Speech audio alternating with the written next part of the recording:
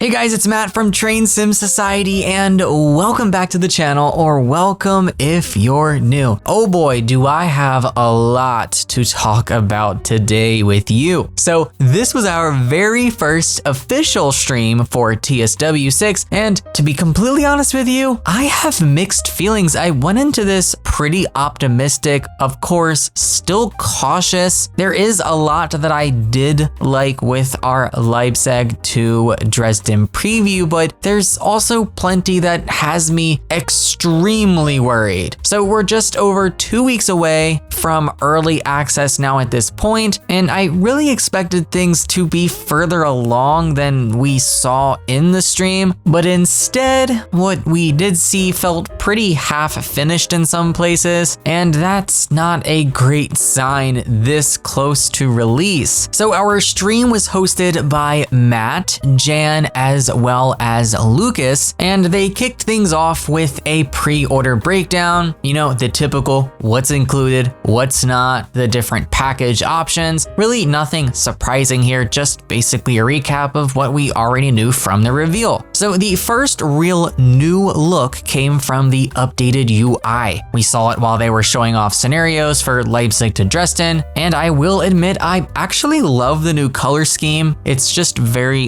clean and modern. As far as the in-game UI though, it's pretty much the same as always, aside from some small touches like the countdown barber pole at the top left near the objective. That has a new color. Part of me had hoped for more change, but honestly I can live with that. It's a little less easier on the eyes when that yellow is paired with the white, and I know that some folks might have some issues seeing it, so I feel like it's only a matter of time until that is changed, because I also think about accessibility and all that too. That's very important, but personally I can live with it. Now scenarios themselves look solid. We have 9 brand new ones here, most running around 30 to 45 minutes with a couple lasting about an hour, and the timetable is stacked. We have 734 playable services if you've got all the layers installed. That's at least what I noticed from my quick glance there. So seeing that made me really happy. I think this is definitely going to be a really busy route with tons to do. We also got another look at the new layer screen, which is also nice. You can now see how many layers you have total, and also quickly select or unselect them all if you wish. Just remember that when you first boot up the game, layers are disabled by default, but at least the game does remind you right away, so you're not left guessing where all the layers are when you start a service.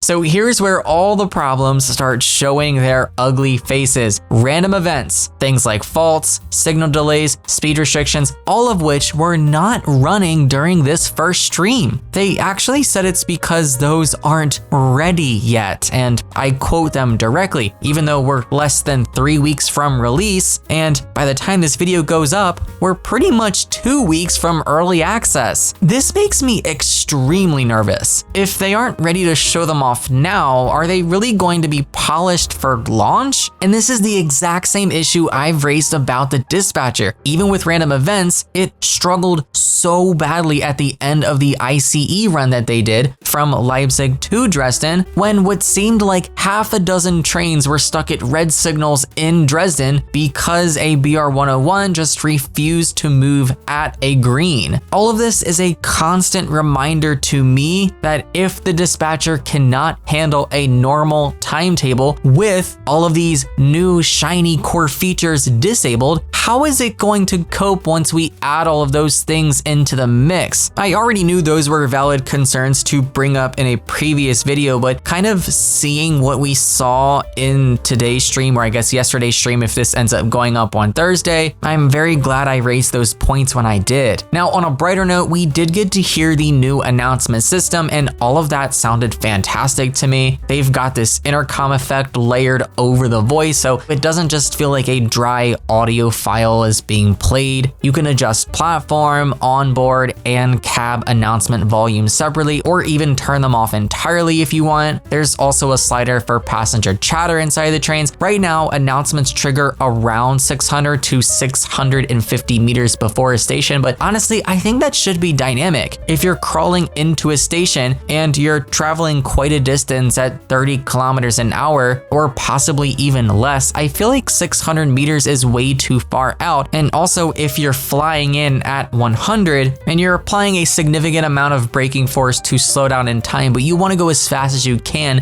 maybe before your stop to make up for lost time if you're late, I definitely think those announcements should trigger farther away from the station. I think that's something that they should definitely look into tweaking in the future. It's also confirmed that announcements are moddable, which is huge. I was kind of worried about this, and I'm so happy that they took that into consideration when building this whole feature. So that means the community can build on this system, and who knows, maybe even bring announcements to routes that don't support them natively. They're also looking into subtitles for players worried about languages, which is also a great step. Still, one thing I didn't hear during the stream was a proper welcome aboard style announcement for the ICE. I don't speak German, maybe it did happen, so please correct me if it did, but I just feel like they were quite short compared to some of the modded ones for the ICE that you can download, which went on for probably about a minute or so. I'm speaking more specifically about the ones that basically welcome the passengers on board, inform them about luggage, maybe safety announcements, the cafe or food situation, whatever that may be. I don't know if that was there, but it just seemed a bit short for it to be there. I feel like most of that is a standard in real life, and that is definitely the kind of detail I feel like would make the system feel complete. So I hope that's expanded in the future.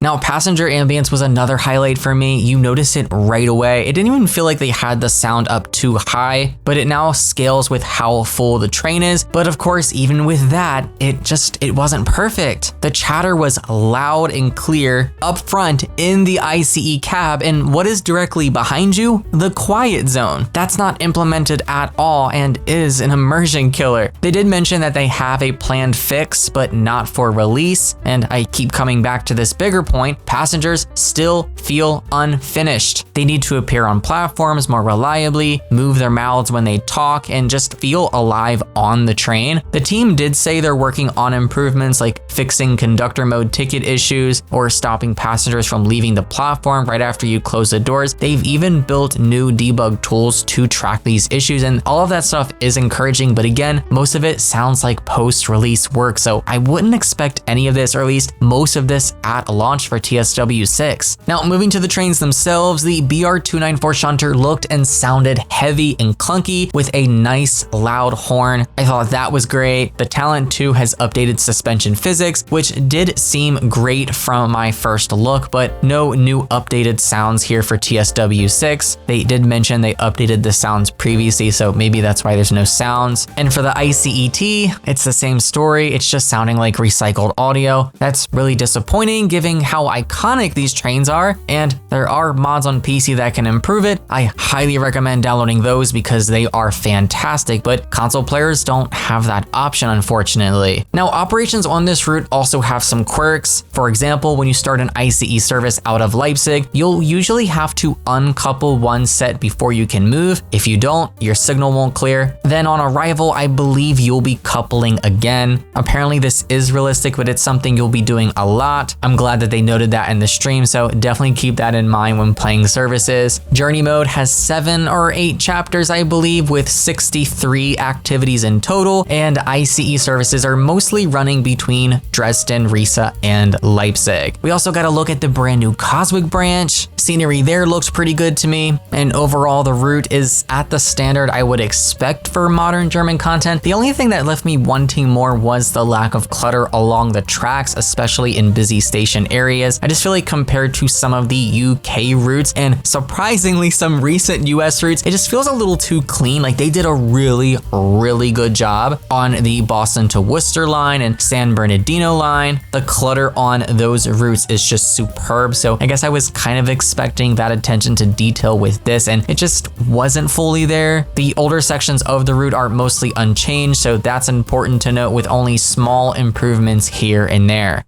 Now on the technical side, they have made progress on Xbox Series S, freeing up about half a gig of memory, which should help with blurry textures. I don't want to say that's going to completely eliminate the problem. It likely won't, but I'm hoping there are significant improvements from the player's perspective with that. Steam Deck optimizations are also on the radar here, which is great to hear, but performance overall is still a big concern. Existing content will run the same, and Matt even admitted more work is needed on memory and blurry textures, and I know console players especially are still anxious about this. TSW5 was already a low point on Gen 9 with issues like blurry textures and VRAM errors, even on recent routes that had a reduced timetable like Frankfurt S-Bahn. So seeing Leipzig to Dresden finally get a full timetable on console is good, Gen 9 only, please remember, but the doubt is still there. Another area I feel a little skeptical about are the speed restrictions.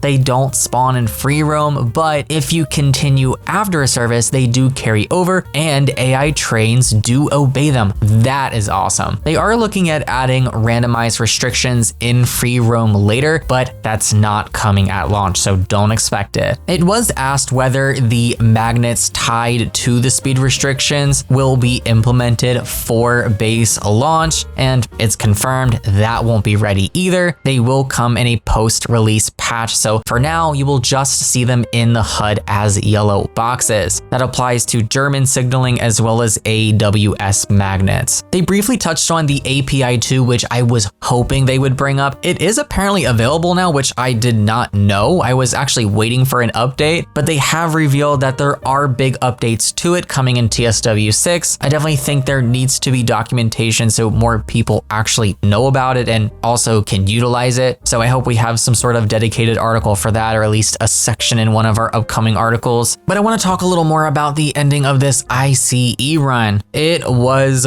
rough. The ICE service wrapped up with a gridlock in Dresden. Half a dozen trains I counted, all frozen because the dispatcher couldn't resolve one stuck service, which was sitting at a green. I believe it was an IC service. That is the nightmare scenario I was worried about when talking about random events in earlier videos, and it happened here even without those systems enabled. So can you only imagine what's gonna happen when we have it? And the fact that they mentioned it's not ready yet, oh boy. I just hope it is in working order and it doesn't cause gridlocks everywhere. It's just not a good look when you re-release a title every single year, announce new shiny features, put them out, and they don't work properly. We had this issue with the core routes for TSW5. West Coast Mainline South launched in a completely unacceptable state, and it took months to get it up to the standard that it should have been in when it released. That's just the truth. I just really don't want to see that here. I don't think it's going to be like that with the routes in particular. I'm feeling like it's just going to be more the core features and systems underneath.